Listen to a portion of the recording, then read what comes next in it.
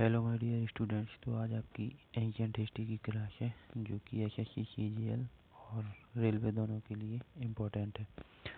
तो आज हम एमसीक्यू के माध्यम से क्लास करेंगे और ये एंशिएंट हिस्ट्री प्राचीन भारत में हम प्रागैतिहासिक काल और सिंधु घाटी सभ्यता के बारे में पढ़ेंगे। तो पहला क्वेश्चन है कि निम्नलिखित में से कौन सा हड़प्पा वास्तुकला में एक दुर्ग का भाग नहीं था? अनाज के लिए गोदाम, नंबर बी महत्वपूर्ण लोगों के लिए बृहत स्नानागार या धार्मिक समारोह के लिए अग्नि वेदी, जनता के लिए आवासीय भवन।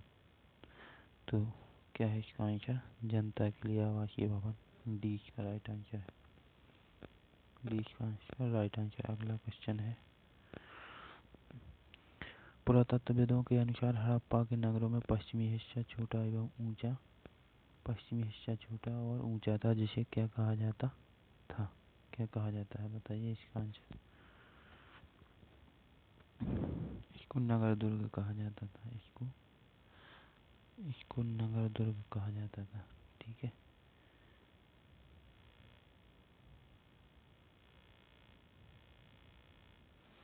निम्नलिखित में से किस धातु का उपयोग हड़प्पा के नगरों में हथियार और औजार बनाने के लिए किया जाता था?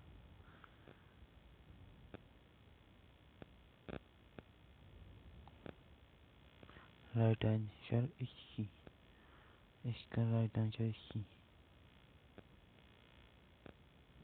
निम्न में से किस भारतीय राज्य में हड़प्पा के नगर नहीं पाए गए?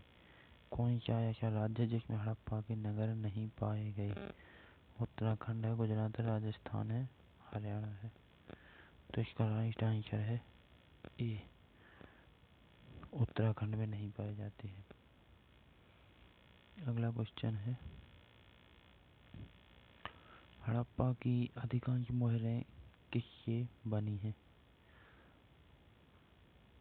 क्वेश्चन में दिया गया है कि हड़प्पा की अधिकांश मोहरें किससे बनी हैं?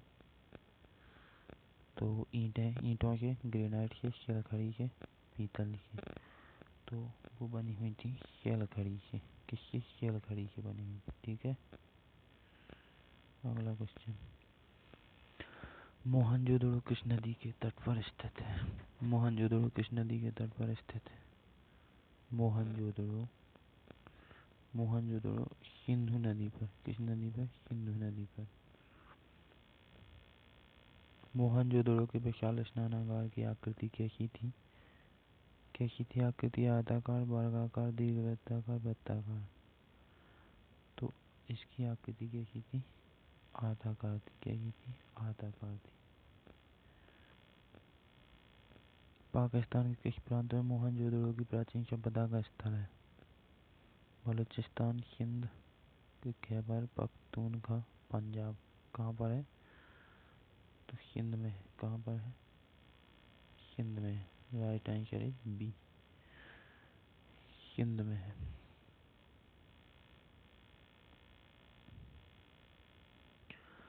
एक ही काव्य के ये 3 मानव कंकाल कहाँ निकले हैं? एक ही काव्य से 3 मानव कंकाल कहाँ निकले हैं? चराय, नाहराय से, दमदमा से, महदहा से या लखननाथ से? वो निकले हैं दमदमा से। कहाँ से निकले हैं? दमदमा से। B is the right answer. निम्न में से किस स्थल से मानव कंकाल के साथ कुत्ते का कंकाल समाधान से प्राप्त हुआ? बोझहोम, चिरांद या ब्रह्मगिरी या मॉस्को? कहाँ से मिला था? तो ये मिला था बोझहोम से। कहाँ से मिला था ये? बोझहोम से मिला था। ठीक है।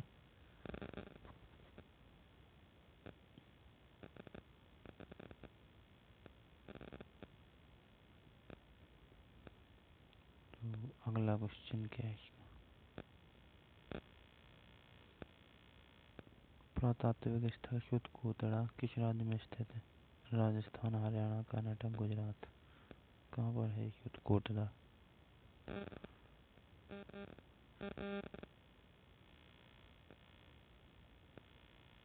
गुजरात में। कहाँ पर है? गुजरात में। Right answer is D. अगला क्वेश्चन, निम्न में से किस पुरातात्विक स्थल पर गतवास पिट ड्वेलिंग्स के प्रमाण हैं?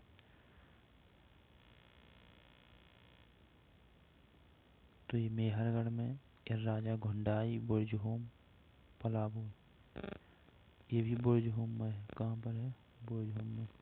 सी इज द राइट आंसर।